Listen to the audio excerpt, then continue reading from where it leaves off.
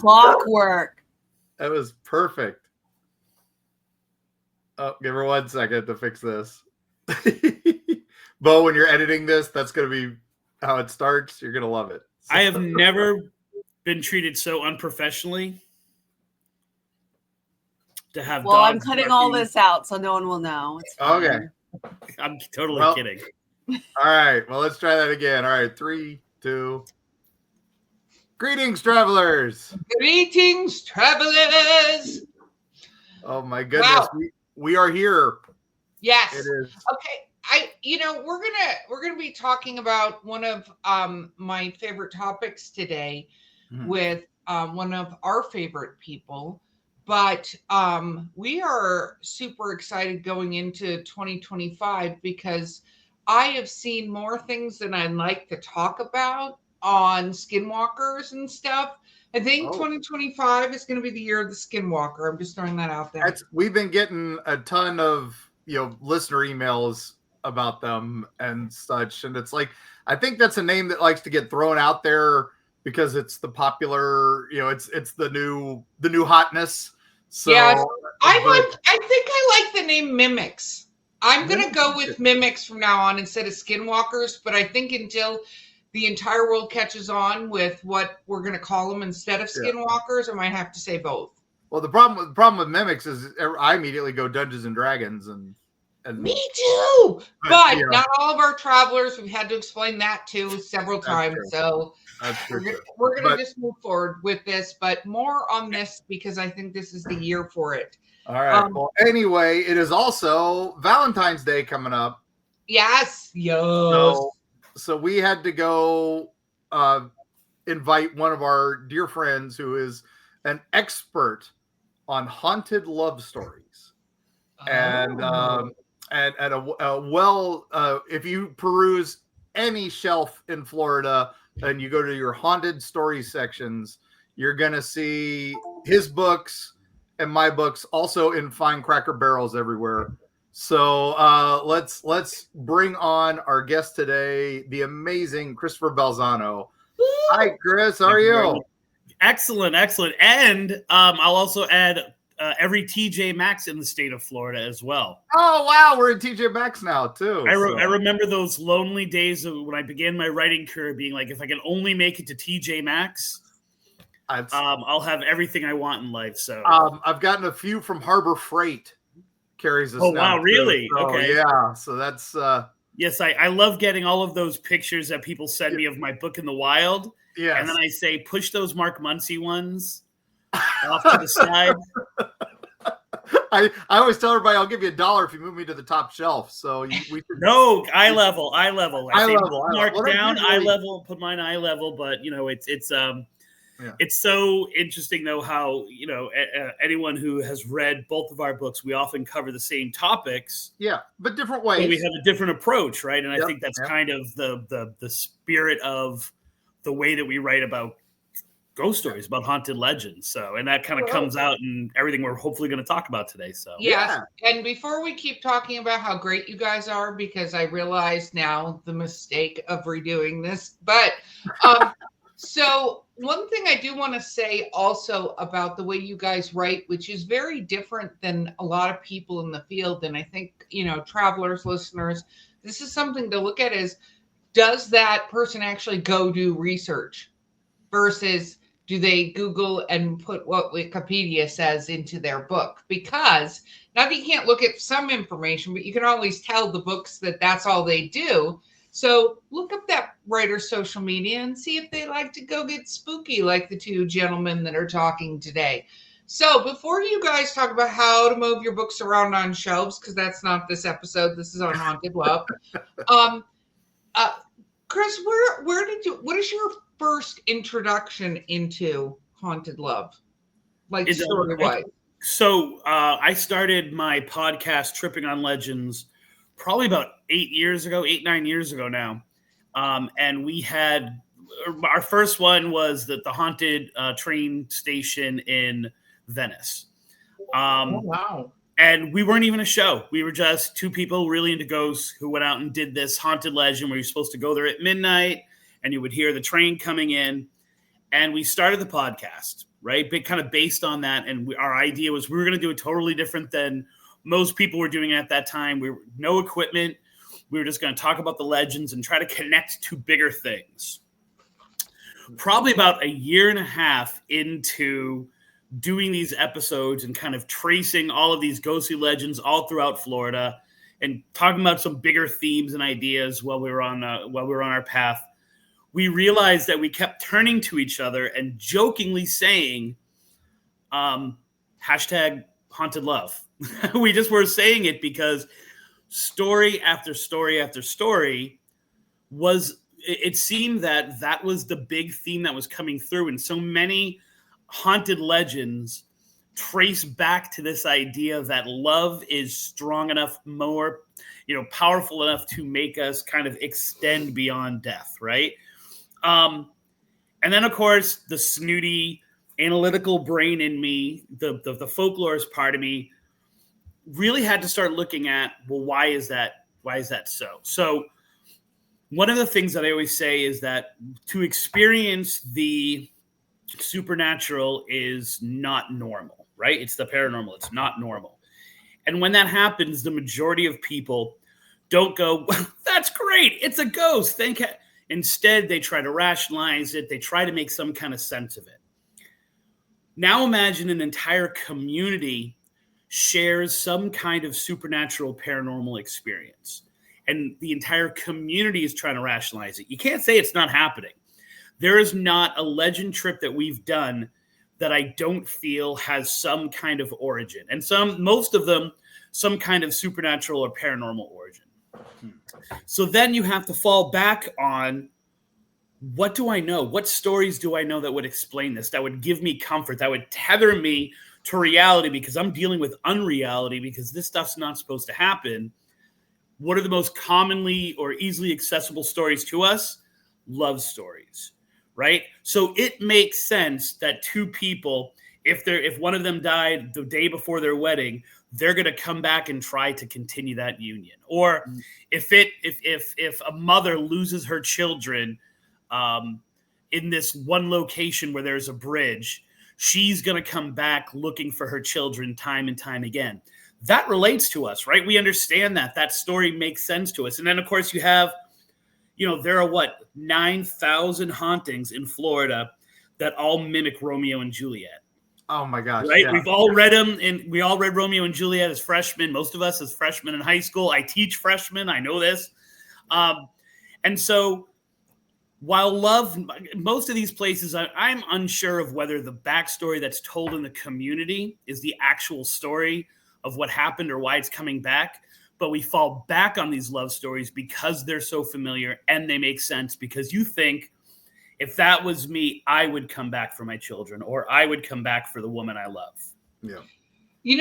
One of the things I think is interesting, because I agree with you. And I think, we talk a lot about the level of emotion that would have to be in place energy-wise, I think, to keep somebody there. Because you're not going to be like Joe Smo, who was whatever, led a plain and simple life, was happy, had a great thing, died well, sticking around, unless it's sort of protection, again, of the loved ones. But most of the time, I feel like a lot of these stories it has some very powerful emotion attached to it. And love can be one of the most powerful emotions that exists. I'm not saying it is, but it's one of those ones I think as humans, we get so attached to and can get so enthralled with, and can be the greatest thing we've experienced, or the worst thing on the flip side of the heartbreak that goes with, that not being good. But I agree. Yeah, I mean, so many of these stories take place. It's like, there's an unrequited love, or there is a love that somehow is broken up. A lot of people get broken up with, and then the person never shows up, right? And they're supposed to be there, and they're delayed for one reason or another. Think like Immortal Beloved, that whole, if you've seen that old Beethoven movie. I can't believe I have to call it an old Beethoven movie. Yeah, I know. It's right. We're talking 30 years ago.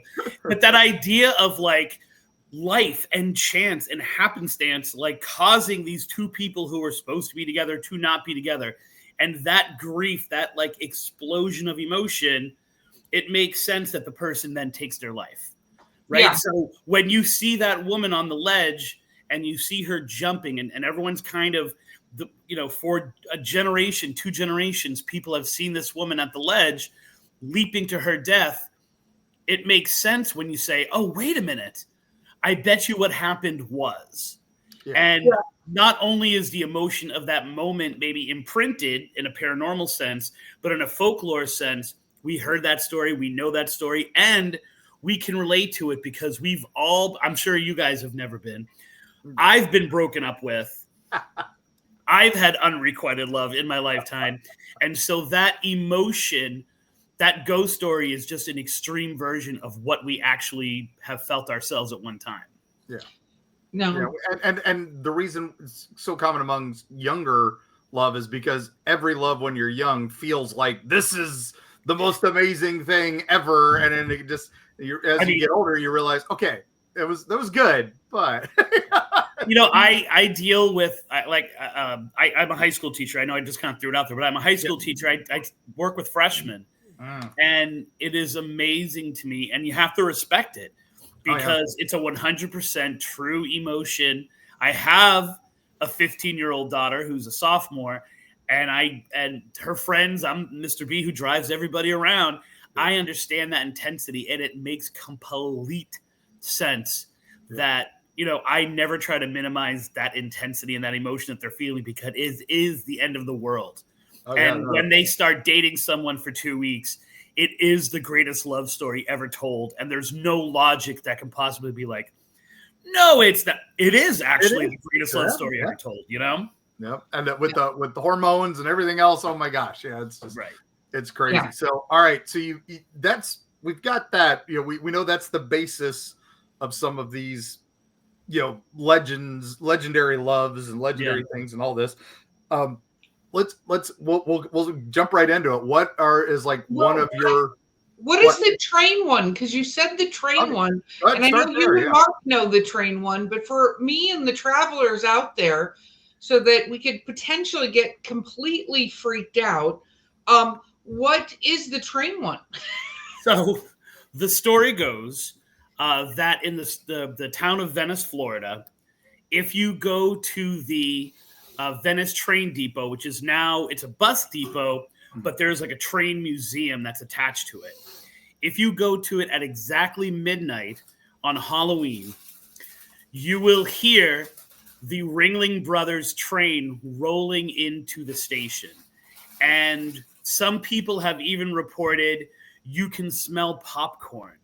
You can hear, and they always seem to say the lions roaring. That seems to be the primary animal. Or elephant call. That's the other one. You get like that intense experience. So the story goes that, and by the way, none of these details actually make sense, but don't tell the people of Venice that, right? That Ringling had decided to winter in that area, which is 100% true. And so he would be rolling into that station on a Halloween night at exactly midnight. And at first, the people of the town, people of Sarasota, Venice, they didn't want, who wants carnies in their town, right? And so John Ringling decided that he was going to win them over in this stroke of genius by only paying his employees in $2 bills, right? And that way, at the end of the night, all of these merchants would go into their drawer, they'd see all these $2 bills, and they knew that John Ringling had brought commerce to the town, right? And so it was good to have them. And so the story goes, over the years, it only took a few years to catch on. By the time, they're in their 5th year, people love that they're coming in for the winter, right? It means that the businesses are going to go up. And so our idea was, we're going to go to the location. We're going to go there at exactly midnight, and we're going to put a $2 bill on the track, right? We like to have some kind of spark, something kind of going on. Yeah. It happened to be, like I said, we weren't a show yet. It was just me, my girlfriend and I, and it was a strange, weird convergence of things that happened that we both didn't have our kids on Halloween. And so I had wanted to do this for a few years. I decided, like, okay, we're going to do it. And then the teacher brain in me kind of kicked in. And I'm like, okay, so if I go to Venice at midnight, I'm not out of there till 1, an hour home, and I've got to go home. I've got to go to school and teach all those candy hopped up kids. And so I'm not going to do it. And so we have another saying on the show, even though the co-host isn't there anymore, called #Follow the Signs. I'm doing a middle school dance. I was teaching middle school at that time, and I'm doing the concessions. And a kid walks up to pay for his food with 3 $2 bills. When was the last time you saw a $2 bill like handed in the act of commerce by an 11-year-old, right, to the guy? So we did #Follow the Signs. We went there that night. We put the $2 bills on the track, and at exactly midnight, the time that the Venice tells that the story happens, but also it's a reflection of their acceptance. All hyped up, all excited. We did a Facebook Live, and we heard train whistles that first night. No popcorn, unfortunately. But we heard a train whistle that first night, and we were totally hooked on that. This is what we should be doing, because it was this perfect example of the hiccup, the recording, the echo of this true love that was happening between a community and an outsider who was coming in, winning them over. Yeah. And the crazy thing is, I have to get back there, maybe, hopefully next Halloween, because for the first time ever, there are actual Ringling train truck cars in that station now. So I'm hoping I'm hoping that the juice is even more intense. That's pretty cool.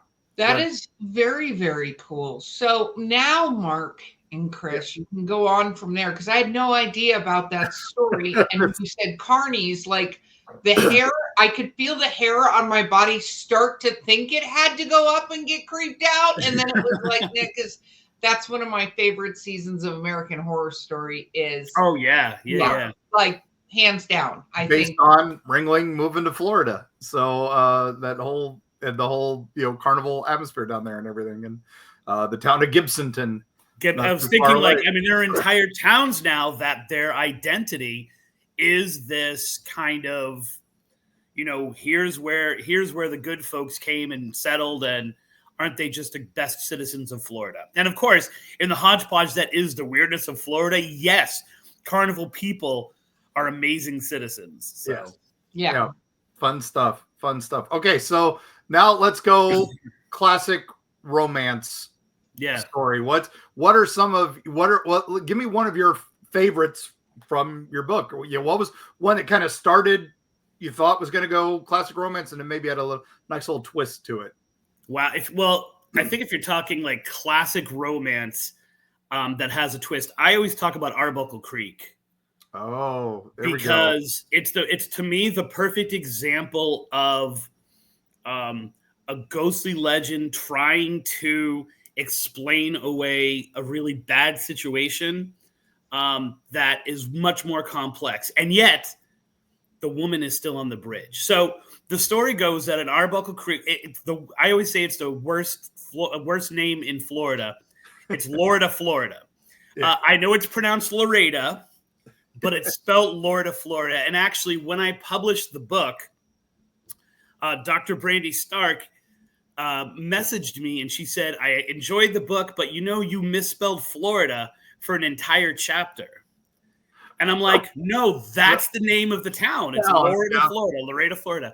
So there's this bridge that goes into the town, which is pretty much a ghost town now, that has the story that there's an old woman on the bridge. So it dates back to the 1940s, where supposedly a man desperate for love commissioned the local herbalist witch to make him a love potion. And she said, come back on the next full moon. He went there, and when he tried to pay her for the love potion, she said, no. I want your firstborn child.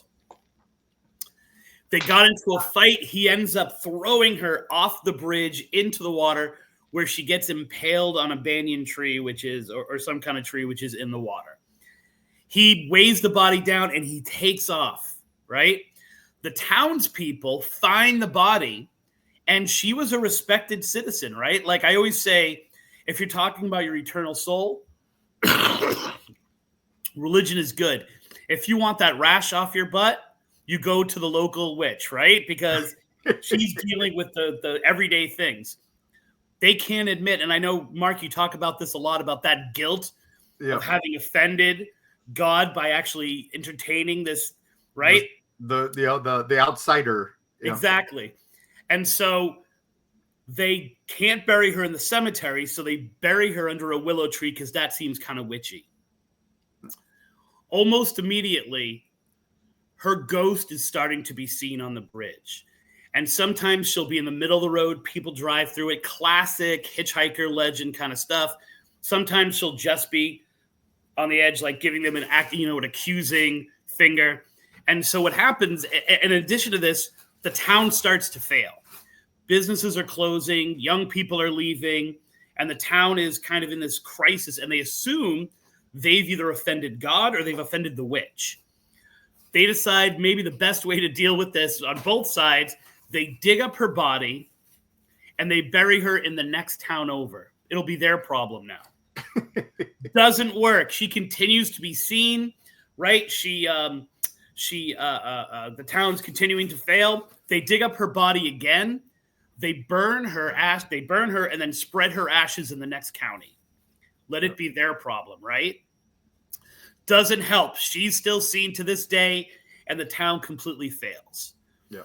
Now, to this day, people are still seeing it. We went to that location, and we didn't see the witch. We made a love potion, by the way, to do it. Oh, nice. We didn't see the witch, but we saw the other ghost that's there, because you were talking about, are you just stopping at Wikipedia, right?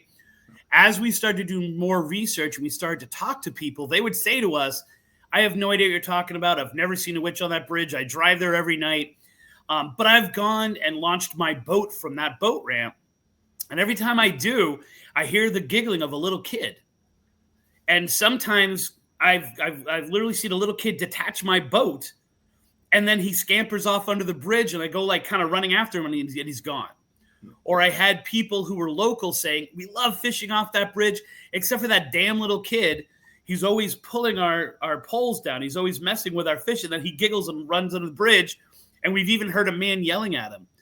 And the story all of a sudden became more complex because it seemed as if maybe that little boy, maybe that firstborn child, and the man who committed the murder are stuck at the bridge. Yeah. But the real story of Laredo, Florida has nothing to do with a witch, right? It has to do with the fact that it's a small town. The trains shifted, right? And in addition to that, World War II happened, and all of those young people started to leave. Some of them died during the war. But then others were like, why would I ever go back to Laredo, Florida? Mosquito hell. Right, exactly. And so people just left. Yeah. Also, it's, they founded the town on Lake Istapoca, which in Seminole means place where people die. Yeah. Because that lake has a crazy riptide. And for years, for generations, the Seminoles were talking about how they would be on there and a canoe would just mysteriously disappear. Yep. So you take all of these elements, and all of them are a great ghost story with an explanation why. And yet that old woman and that little boy are still on that bridge. And what's the story that kind of pulsates through that? The love story. We connect to the love story, and then all the other stuff just becomes, the icing on the cake. What's interesting is I often talk about cosplaying ghosts, right? Because the fact of the matter is that, people see Elvis everywhere, right? Right. And more than likely to me, he would be at Graceland with everything we know, how his death he'd be at Graceland, right? But they see him everywhere. He's seen in Vegas. He's seen, all of these places. And so I often, you're talking about this, the series of entities. Part of me goes, is it the same one, right? Is there something linked to that firstborn child where that particular entity goes between the man, the boy, and the witch? I always say, my friend Jeff Belanger always says, a place is haunted by the most famous person that ever went there. Yep. Which is why we have the ghost of Johnny Appleseed everywhere and George Washington. And it's hilarious because I do a haunted history tour in downtown Fort Myers, and people are convinced that Al Capone stayed in this one hotel. Yep. Al Capone. And there was a drive-by shooting. I'm like, a drive-by? No, like, but there are, you have to be, if you're a hotel, you have to have housed Al Capone at one time. And I'm like, that guy was in every single hotel, even if the hotel wasn't built when he was around, he's still there, He's still there, And I think that's part of our fascination with celebrity. And if it's Al Capone, we can now put a name to the story. But the fact of them, I think more often than not, you take a location, and if we believe that ghosts can be intelligent, right, and they have any control over themselves and their environment, where are you going to hang out? Are you going to hang out in that cemetery deep in the Ocala National Forest that no one can ever find? Or are you going to go to the bridge leading into Oviedo where the Oviedo lights are seen and people are there all the time looking for ghosts? And so I often think that a lot of these haunted locations, they become famous kind of in the ghost world, and spirits find their way because they know people are looking for them, and they can connect and contact and whatever we feel ghosts might do at that locations. And so, we have this strange pictures and evidence people produce from these locations, and it's supposed to be an old woman who walks down the hallway, and yet there seems to be a young man who's just kind of standing in the corner, and you clearly have a picture, and you want to know there's got to be some kind of story, and you connect the two, when really maybe it's just a lonesome spirit finding its way to a place where people are looking. Yeah, no, I have a whole thing on that, because you also hear stories from people saying they saw the same thing in a place, right? Totally get it. Me and Mark talk about, what we call stone tape ghosts, which are the ones that are kind of on like repeat, doing the same action over and over again. But then you have people that go to a place and they see many different things, like what their evil is different for, or scare factor. So it's more a reflection of themselves than it is of the actual spirit. Yeah, exactly. And so that makes you wonder, like, okay, you're expecting to see this as a spirit, like, oh, this one wants to see blah, let me get on my Al Capone suit. Well, I'm not saying that either of you guys have ever spent any time on a dating website. Oh, yeah. But I will tell you, during those initial interactions, it's like, oh, of course, I love Grey's Anatomy. Oh my word, yes. I'm wearing, oh my word, you were wearing that shirt in one of your pictures. Do you love that band? Oh my word, I listen to Nickelback all the time, right? Yeah. Like, we as people become what the people who we're looking to attract want us to be. Yeah. So wouldn't it seem just logical that a spirit might try to present itself as the thing that's going to get you hyped up or get you interested or raise interest in other people? So I can totally see, not that I would ever lie on my dating profiles, but I understand. Nobody ever lies on dating profiles, and all of the photos are current. Exactly. Yeah. And everybody says exactly how much they make on all their LinkedIn and Facebook profiles, 100%. So now one of the other things I think also is with these things is we go, to the Tulpa theory, that some of these things there's so many people going there looking for this one specific thing. So it kind of creates that one specific thing. So that's my lean into this. So, and I think that happens a lot, especially when it comes to witches stories. When I first started, and that Arbuckle Creek, I think, might have been the first real witch story, and it seemed as if there were no witches. Of course, I'm from Massachusetts, right? Like, we went to Salem every other year for a field trip. We know witches. What does Florida know about witches? And it seems like more places that I go, those stories come out, and I think a lot of it has to do with they're the perfect villain, and so we go there with the intent that that's what it is. And so we see and we create that representation of what a witch might be in a lot of these locations in Florida now. Yeah, we got Hog Island, and then we got Blackwater Hattie, who was, that was a fun one. I famous song and all that, and we find out, talk to the guy who wrote the song, and he's like, yeah, no, I made it up.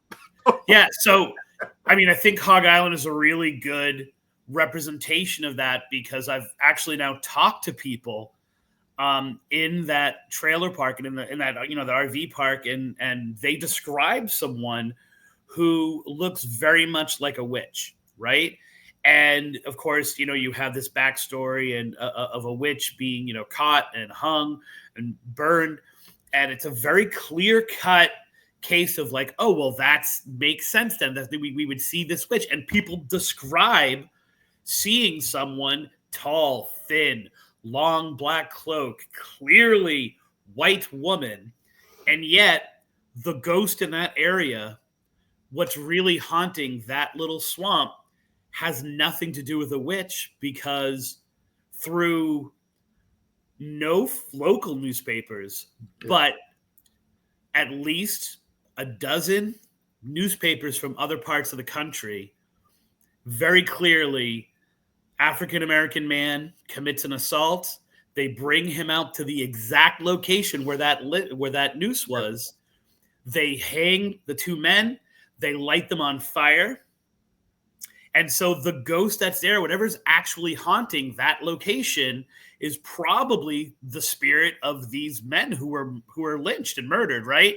And yet people are visually seeing a witch because they're going there time and time again trying to find that witch. And so I do believe, yes, that's much more of this tulpa that's kind of on top of this darker, and by darker I mean like dark part of our history, which is playing itself out in that location.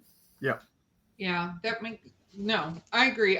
And with that, we have to hear from our sponsors, but we will be right back.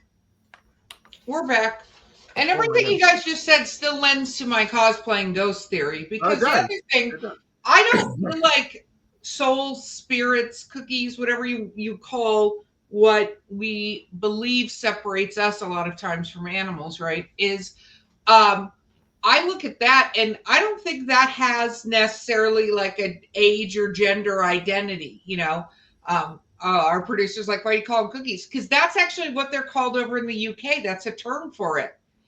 Because Bo, me and you don't write dark things where people die all the time. So knowing every single word for a soul is not important. But I think that if you think about that aspect, right, that our whatever thing is not, it doesn't age the way we age, whatever, it's just a presence, then you can identify as anything you want to be. And if you happen to believe that you live multiple lives, which a lot of different belief systems and stuff like that think, and I happen to be one of those, so I believe in reincarnation, for using the term for it. That means we have many identities that we could assume. So I think it's interesting that we try to sort of impose our physical limitations on something that doesn't necessarily have a physical form. Yeah, like I always like it. I always like it when someone is trying to talk about the physics of a Ouija board, and they're trying to disprove ghosts based on Ouija boards, right? And they say, well, it could just be the person's mind making it move. I'm like, oh, okay, so now our minds can control objects, but there's no such thing as ghosts? Right, like trying to explain away the paranormal by using the supernatural, or the supernatural using the paranormal. Yeah. Not a good argument for you. Yeah. So, you guys were talking about the stone tape theory, and it's really interesting. I was mentioning that woman who her lover is late to meeting her. That's actually, that story is many places, but one of the places it's at is known as the Sonnet Ledge, which is in East Freetown, Massachusetts, which is like my very first book was on that location. It's part of this bigger thing known as the Bridgewater Triangle. And for several decades, it was an active quarry. And the crazy thing is that I'm not sure who this woman is. We're never able to identify her. It's just a story that has persevered. But if you track, for anyone who is, lives in New England and the Breakers, which are, in Newport, Rhode Island, like where all the richest people live, and, the Vanderbilts and all those people, they built all of these, houses right on the water. Every location where one of those mansions uses the rock that came from the Freetown Quarry, the Asana Quarry, are also haunted with a very similar looking woman. And there's this place known as Fort Adams, which is also in Rhode Island, that was primarily built with stone quarried from this haunted location. And they also, even though it doesn't make sense because it was a military base, have this woman dressed almost the same way who wanders the hall. So it's really this combination of this material was sent out. She may have been trapped in that. And so her love is playing itself out in all of these different crazy locations. So it's and of course, that's what we see when we see her. And people then make up their own stories as to why this woman kind of wanders the halls at these different locations. She was, the maid and they were having an affair, or she dressed up as a man and snuck into the base because her boyfriend or her husband was in prison there and they caught her and then dressed her up in a dress before they executed her for treason. And it's like, that's the same woman, man. Like, you just made up 5 stories about a ghost that's traveling because of a potentially, scientific explanation for the paranormal. And so I always love to see that kind of thing happen in multiple places. Yeah, well, that's my whole Woman in White, who's one of my favorite things, right? One of our early episodes, we talked about her and the Hat Man, right? Because the Woman in White has that same, usually lost love, children, whatever, attached to her. And they always go, oh, that's blah. Except for this, whatever this is, functions the same way everywhere it goes. It's a female, usually in a white dress with long, straight black hair. And this is cultures across the world, right? And I'm not saying skin tone. I'm just saying what this person generally looks like, and is walking near water, across from water, near water, is wet when they're walking, you know what I mean?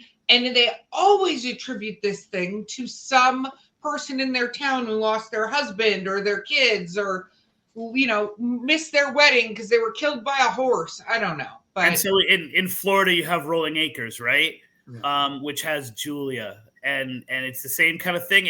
But it's one of those situations where people have reported her for so many years, and the story of Julia changes, right? Sometimes, but it always usually involves a love triangle. But it's like the boyfriend went off to war and he came back and she was cheating on him, right? Or, the boyfriend went off to war. She was forced to marry someone else. She goes there and commits suicide. And it's all of these different backstories. And the interesting part about that is that entire community, or that area of that community, which is haunted, whenever they experience a ghost, no matter what it is, if something falls off the shelf, they go, oh, it was Julia. Yeah. So not only is she this woman in white walking because of all this death, she also is in your house messing up your quiche, right? Like, and she gets blamed for everything. And the real true who Julia might be probably has nothing to do with that. And my theory is that it's actually a murder victim from Florida's most notorious serial killer, most prolific, Gerard Schaefer, who killed 2 women and I believe buried them on Rolling Acres when it was still all just woods. And I think one of those women is Julia, who's walking. And yet we can't prove any of that. We can't look at, and it's much more comfortable because she's in white to give her that classic romantic background. Right. Yeah, Schaefer, again, one of those notorious cases. The Devil's Tree and all that is all attributed to him and everything, and it's true partially, but also Yeah, the guy gets a lot of credit. But once again, you have to look at like, okay, so what should a good researcher do? Because as I'm doing something else, I'm doing Schaefer research, and I find that these two women were abducted from not too far away from there, and Schaefer would never kill where he abducted. He would always take him, like to take in pairs. And this location was not far from where he had abducted these two women. I think it was 1966. But more importantly, in doing that research, I find this random picture of a boat from Lady Lake, essentially dredging Lady Lake and searching Lady Lake because they believe, for whatever reason, I was never able to find that reason, that those women had been dumped in the actual Lady Lake, right? Like, and so all of a sudden it was like, wait a minute. All these things started to click, and I was like, what if that ghost is not some, distraught lover, but a murder victim whose body will never be found because in the last 30, 40 years, they've developed that and someone missed the bones in digging? Or, great tradition in Florida, those bones are there and we just kind of push them off to the side and pretend that they're not there, right? Because for the sake of development, especially when you consider, the peak of development of that town, for all the sake of the villages, it makes sense that there might be someone there that's not that. And of course, Julia's not saying, no, wait, I didn't love anybody. I was murdered, right? And because in a situation like that, those bones will probably never be found. I don't think the stories of Julia are ever going to stop. Yeah. No, the villages we were talking about, Cow Prairie Cemetery, that they were just going to move and just shuffle it aside. Nobody cared. But then, wow, it turned into, oh my gosh, there's more bodies here than we thought. It's more history than we thought. There might be Native American burial ground there. And it's, when I was first approached about that, it was as a result of the Hog Island witch story. And I was told, you're an idiot. You're in the wrong place. You're calling it wrong. And so I started doing all this research on that abandoned, forgotten town, Pemberton Ferry, which is crazy because you can talk to people who are now old, who were teenagers when it stopped being Pemberton Ferry. They have no memory of it whatsoever. No, they might remember Croom, but they won't remember. Right, which is not that at all. I mean, they're completely different things. And so there was, the same woman, she said to me that, the villages are buying up all of this property. Now, no way we can get into this in the amount of time we have. We have to do a whole episode on this. I truly believe the villages is a way to bring about the end of the world. And I'm not joking when I say that. I truly believe that in all the research that I've done. We'll have to do a full episode on that. But that's Erika. Martin, Bo, put that on the clackety clack. And I've got proof. I've got evidence. Oh, man. All right, I'm in. So they're buying all this property up with all of these parent companies and like shell companies, corporations, and all that stuff like that. And it wasn't until we started publicizing the value of this cemetery that we were able to save it. We were able to get it kind of protected. Now, like you said, Mark, not only are there many more bodies than are currently there, like they did the gas tests and all that stuff, and they found all these other bodies. We found all these references to Native Americans, but then we also found these references when they were building the National Cemetery, which abuts really Wild Cow Prairie. That very clearly the Seminoles at that time were saying, here's the line you need to stop at because this is considered a sacred land. And I've tried for years. I've talked to pretty much every Native American I know, and have been unable to penetrate, well, what was sacred about it? What was the history of it before that? Yeah. But still an extremely haunted location. And more importantly, it has the worst curse that you can possibly imagine, because if you kiss a person in that cemetery, you will marry them and live happily ever after. And who wants love? That's the ultimate curse, right? Now, I'll tell you, I've kissed 2 women in that cemetery, and I'm still single. So I'm not sure just how effective. I guess maybe you have to, I don't know, but what's the other one? The tree that grows into the other tree in St. Augustine, the lover's tree, which is right next to Tolomato Cemetery. And it's every tour will take you there and say, oh, if you kiss under the tree, see these two trees have grown together. It happens. It happens in nature. Right. It does that. It has nothing to do with anything. It's just a cool thing to get people to kiss on your walking tour. And it's interesting because they also have that if you kiss somebody in the shadow, it has to be the shadow of Hully Tower at Stetson University. It's the same kind of thing, right? In addition to if you rub the base, you're going to pass your test as well.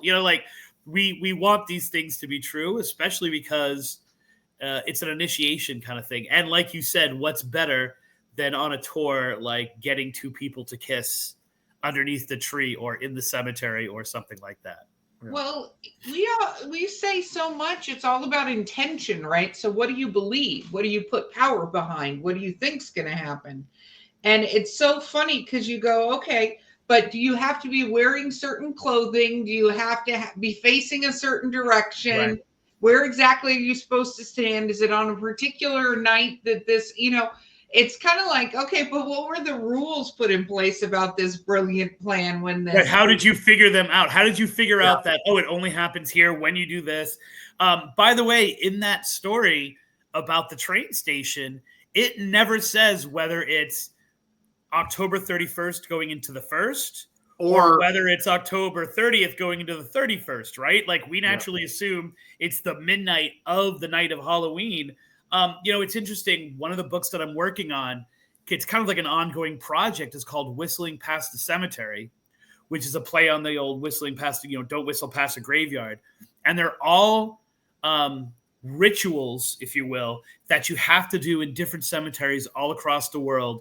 And if you do the ritual, or if you go on the right night, or if you, walk the right path up someplace, then you're going to see this ghost, or you're going to have this experience, or you'll be able to sell your soul to the devil, or you'll be able to, and it's really, I feel the rules and the procedure and the rituals are us trying to put some kind of block on chaos, right? On things we can't control, right? Yeah. It's like, you will not, if it's different. If you wake up, this is why I'm not a paranormal investigator anymore. If you wake up and there's a ghost in your house and you freak out and you call an investigator, that's a situation. If you're talking about something that's been going on for decades to a community, you have no control over any of that. So what's the best way to get control? A, to write the story yourself, but B, to say, unless you make a love potion, you will not see that witch at Arbuckle Creek, right? Or unless you do this, that ghost is not going to happen. Unless you go to Denellen Road, right, or Tiger Trail Road, and Tiger Tail Road, and click your light 3 times, you are not going to see those black-eyed kids. It's our way of putting order into this chaotic, not fully understood world that is the paranormal. Well, you said that, and what I immediately thought of, and since starting this with Mark, I've gone all kinds of directions. But one of the things I think is interesting is if you look at shamans, witches, medicine people, the sages of the villages, right? Before a lot of religion, and I'm going to say honestly, like Christian religion kind of trumped across some of that stuff, was handed down knowledge, even, through time, of what they had noticed as a pattern. It's kind of like, don't eat, these berries, whatever. And it's learned knowledge. It's kind of like the whole, like, why they, didn't eat pork, Jewish people. Well, that's because it gave them tryptophan poisoning or whatever. You know what I mean? Like they found that just didn't work at the time, the way meat was handled and stuff, but that's carried forward. And I think that's true with some of this stuff, like don't whistle past the graveyard. Well, when people used to bury people, was there a situation of something, and I'm going to say preternatural something, like, because we talked about fear mongers and stuff, that seems to trigger that they get your attention, and then you have unfortunate situations then the rule survival wise becomes don't do this. And we've turned it into the legend this, legend that. But a lot of this stuff was don't do this because there was some survival thing that failed if you did this activity. Or a success thing. It's the NFL play. It's the NFL playoffs. I haven't changed my underwear in 3 weeks. I'm kidding because I don't have a team in the it's that idea, and I think we do that on a daily basis. It's how we learn, and I think those paranormal triggers, those ghostly rituals we do are 100% just an extension of that. It's 100% ritual. Yeah, it's like it worked this time. And so I'm going to continue doing that time and time again. And that goes back to one of our recent episodes we did on Hans Holzer. He talks about there were cases where people were faking evidence because they were so wanting to be validated. Right. But that was also triggering things by them faking it. So they were invoking a ritual to summon this thing by faking it. And that, and so he started getting into that whole tangent of that. And people are like, oh, you're just justifying people faking these. Like, no, they needed the belief, that needed the energy. That's the spark. That's the fire. And now we've got the flame. Yeah. So not haunted love, but we did an episode this week of our show about great video game ghosts and hauntings and curses, right? Yeah. And one of the things that came up time and time again, even with my 15, 16-year-olds who would never admit to it, was Herobrine from Minecraft, right? Oh, my gosh. Yeah. And so these people actually genuinely believe. We made our own conjuring temple to Herobrine the way that they say you're supposed to make it. Was this a real ghost? Was it a glitch in the system? Because you have an entire now generation of kids. All my kids knew it. My kids knew it. My students knew it. The people online who wouldn't admit that they were playing Minecraft at 30 were speaking out about it, right? And so, they were saying, this was a glitch in the system. It was a lie. It was a false, post, all that stuff like that. And yet there still was this idea that the ceremonial part of it was actually raising. Now, we had talked about Herobrine so much that he had actually somehow gotten into literally a ghost in the machine. Yep. But here's the crazy thing. As I was posting things about my intent to build this shrine in a half joking way, but more as a celebration of the legend trip that these people were doing, on their computer making it, the number of people I have who are witches, who are shaman, who are people who work with ceremony, who told me, do not build that temple. Yep. Do not build that shrine. And no matter what you do, don't light those candles and talk about summoning him, because you are potentially unlocking something in your house. Now, during the episode, when they randomly went out, yes, my daughter and I are completely freaked out by it and everything like that. And yet it's that same idea that, if we are putting out intent into the universe, which is fully why I feel that my legend trips, even when they don't produce what the community says, they're always successful because something happens and there's that moment where you're like, I can't reproduce this for you in a lab, and I have no desire to, but there's something here and we're feeling it. And I think a lot of it has to do with the intent that we go out with, which is, I want to understand why this story is successful. Yeah.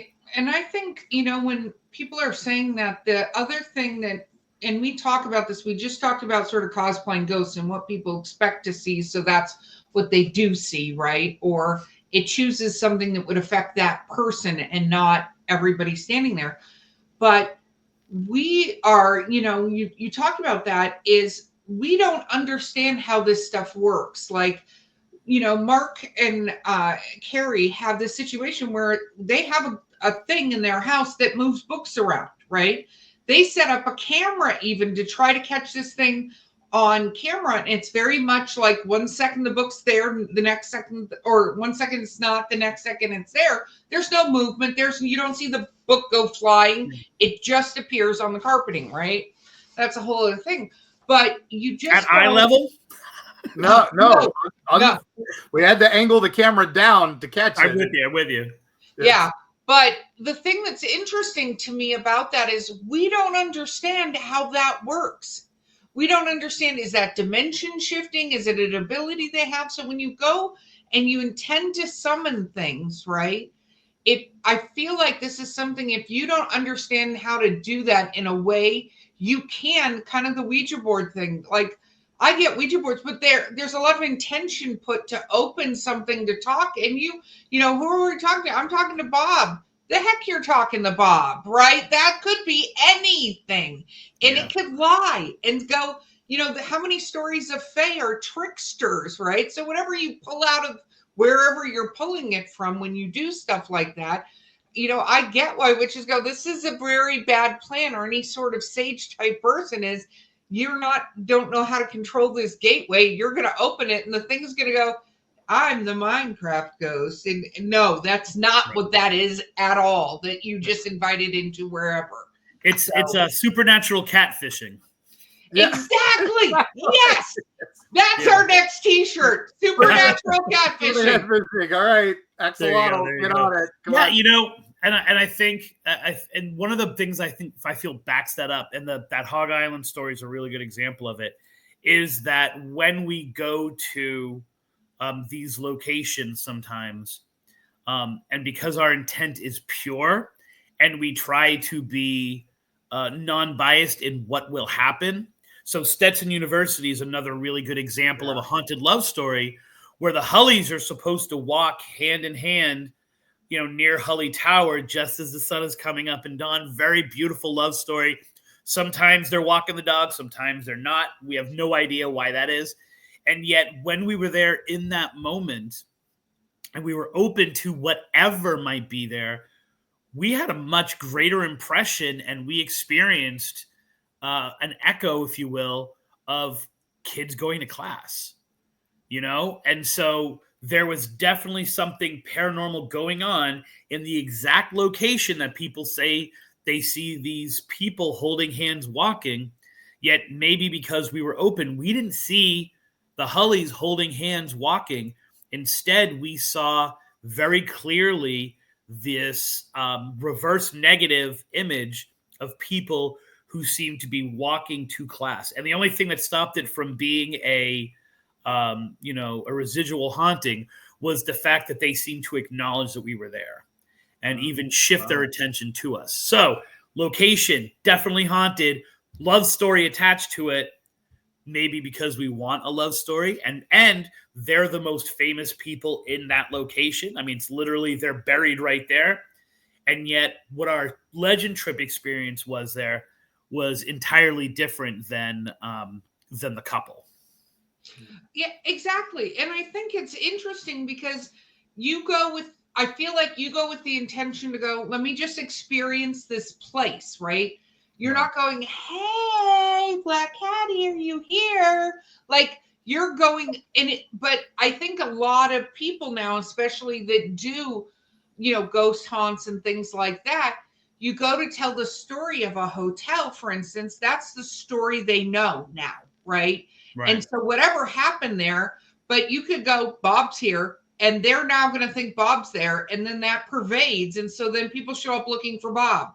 So I think, you know, you take away from this that there are so many great stories, and we love legends and stories, but you have to go into things going, I'm here to experience whatever is here, and not go, I need to see Bob the soldier. Yeah, you know, or not, right? Or like the idea of my perspective for the last 10 years has been embrace all of that. Embrace that it might be Bob. Embrace that it might not be Bob. Like, you need to respect the fact that the community is saying this, your experience is this, and then, which is what we try to do on the show, is we present it to people and you let them not make a decision what's the true story. So I'm on the tour last night and someone says to me, are these true stories? And I'm like, hey, listen, I'm going to tell you what people experience. I'm going to tell the history. Those two things are smashing up against each other. You believe what you want to believe. Just have a great time. Yeah. Somewhere in the middle. Somewhere in the middle. Yeah, you know, or all of it's true. Yeah, exactly. Right? Like history's written by winners, but sometimes the winners were right. Right. Yeah, there you go. So I love the idea of, my intent is always to record, but we often do go to them with open-mindedness, and yet the ritual that we do, or the legend trip part of it, where we are supposed to be saying, mini lights come out tonight 3 times, we have something in our mind of what that is. We just try not to make it the overwhelming push of it. And then we're open to whatever might happen. I love that. And I love that you said it that way. So travelers, when you're out and adventuring, we've talked about a few places. So let's do a recap of where you can travel to, starting with Chris. If they would love to come get a ghost tour, how do they do that with you? First of all, it's a haunted history tour. Very clear on that. Haunted means ghosts, Chris. I said the right words. The owner, it's funny because the owner is she's a scaredy cat. This is in downtown Fort Myers, is where I run it. And you can go to truetours.net to if you're in the area or you traveling to the area. But she's a historian. And has been working with the historical societies, since the late 90s or the mid 90s. And so she's very clear that, the history is what it is and the ghosts are. And I'm like, loosen up, sister. People ain't just coming to hear the story of Harvey Heitman, man. They want to see that dude walking down the hallway. So she is very clear on always calling it a haunted history tour and not a ghost tour, because we cannot guarantee the ghosts. So downtown Fort Myers, Florida. So if you're in the area, Lee County, Collier County, Hendry County, all those places, Charlotte County, it's not too far away. And it's a really interesting trek through, we go to at least a dozen different locations. And just last night, someone got an amazing picture of a little boy at the old school in Fort Myers. So it's one of those places where weird things are going on. And if not, it's just a really good place to hear ghost stories. I love that. And then let's talk about some of the locations you guys have talked about and where people can maybe go see things. So if they wanted to go see our favorite Hog Island witch, where do they go for that? The Hog Island campground. I always go to Brooksville. Yeah. Well, no. No. It's not even in the same county, brother. Yeah. That's a whole episode unto itself as well. So I always love it when someone shows me either Haunted Love or the Ocala National Forest book, and they say there's little X's on the chapters where places they've been. Yeah. So those books, and I think Mark's books are really good guidebooks if you want like a complete picture. And I always say, I'm cheap. I don't have any money. And so mine are all places you can go without having to pay like for food or for like to spend the night, maybe just a park fee. So definitely I would say, Hog Island Campground is great. Arbuckle Creek, if you just look at it, it's very clear where the bridge crosses Arbuckle Creek. Any of these locations, whether you go to my website, trippingonlegends.com and check up some of these stories, it's very clear where they are, and they are for the most part accessible. We don't go places as well that you can't go that you're trespassing or it's illegal or anything like that. So I would say just go to the website and you will find very easily how to get to these locations. The only tricky one is Coker, because that is technically trespassing, but it's really easy to find. You just have to trust that it's there. Take a leap of faith. Yep. Oh, I love that. Like I love that. Cemetery. The only thing there is don't go after dark because it is technically closes at sunset. But that's, right. Yeah, right. A lot of these places close at sunset. But if you ask permission, usually you're pretty good. And as long as you're taking only ppictures, most places are okay. Yeah, and what I find is that when I then get in trouble, like when we did Bloody Bucket Bridge one time in Wauchula, the cops were like, what the hell are you doing here? And then they sat and talked with us for like an hour about the stories they had heard. So if you talk about intent with the living too. If you're cool and you approach people and you ask them, most people, even if they dismiss the paranormal, will at least be able to tell you what other people are saying or things that they've experienced. So always go out there with a nice smile and be nice to cops. Oh, I agree. And be honest. Like, if you're there and you're there to do something, just admit it. If they say to leave, leave. Because that is one of the things I just want to throw. Like, we're going to have a link to everything, Chris, so you guys can see it in the show notes. And, you know, when you're taking Mark's books, also keep in mind the time frame these books were written in, and you could encounter something where it's changed and it's no longer open. And if it says no trespassing, listen to it. If it's owned by somebody, contact them before you go. Don't assume you have the right to be there if it's not a public place, and follow the rules. But with that said, you have the opportunity to see all these things. It's just do it smartly. And well, I love the stories that you shared today, Chris. This has been a lot of fun. We love having you on. And all these locations go during the day first to get the geography. Yes. And then understand it in the context of the legend. So if it says to go at dusk, go at dusk. If it says to go at midnight, go at midnight. But always go there in the daytime first, because A, you can encounter people to talk to that might know something about it, and B, you get the geography of it. So, you know, when you see that weird tree in the middle of the night, you understand it's a weird tree and not, you know, a demon coming to eat your soul. Yeah. I hate it when that happens, literally. Right? Yeah. You know how many times I've had my soul eaten? So. Well, Chris, thank you for being here as always. And Mark, I think it's time for you to give us some of your sage advice. Well, no, I just want to thank our listeners as always. And thanks, Chris, for coming on. Always a pleasure. And you can find our books, like I said, at Fine Cracker Barrels, TJ Maxx's, and Harbor Freights all over Florida and beyond. But thanks again, Chris, for coming. This was amazing. Perfect Valentine's Thank you very much Day. for having me on, guys. Yeah, perfect Valentine's Day. Thank and you. Listeners, again, travelers, travel safely.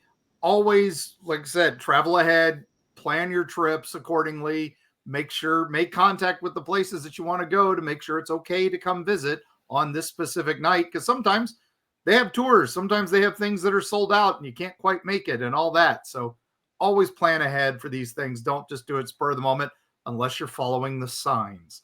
If something has told you to go, you know, maybe it's time to make that trip and make that little legend trip out there and all that. And with that, you all just be safe. Have a happy Valentine's Day. And when you're out there in the woods and you see that lady in white and she's jumping off the bridge, don't go jumping after her. Just document it, take the notes, and then wonder, was that really a lady in white? Or maybe it was old Bob that decided to dress up in the white sheet and jump off the bridge too. But either way, document, and we will see you on the other side.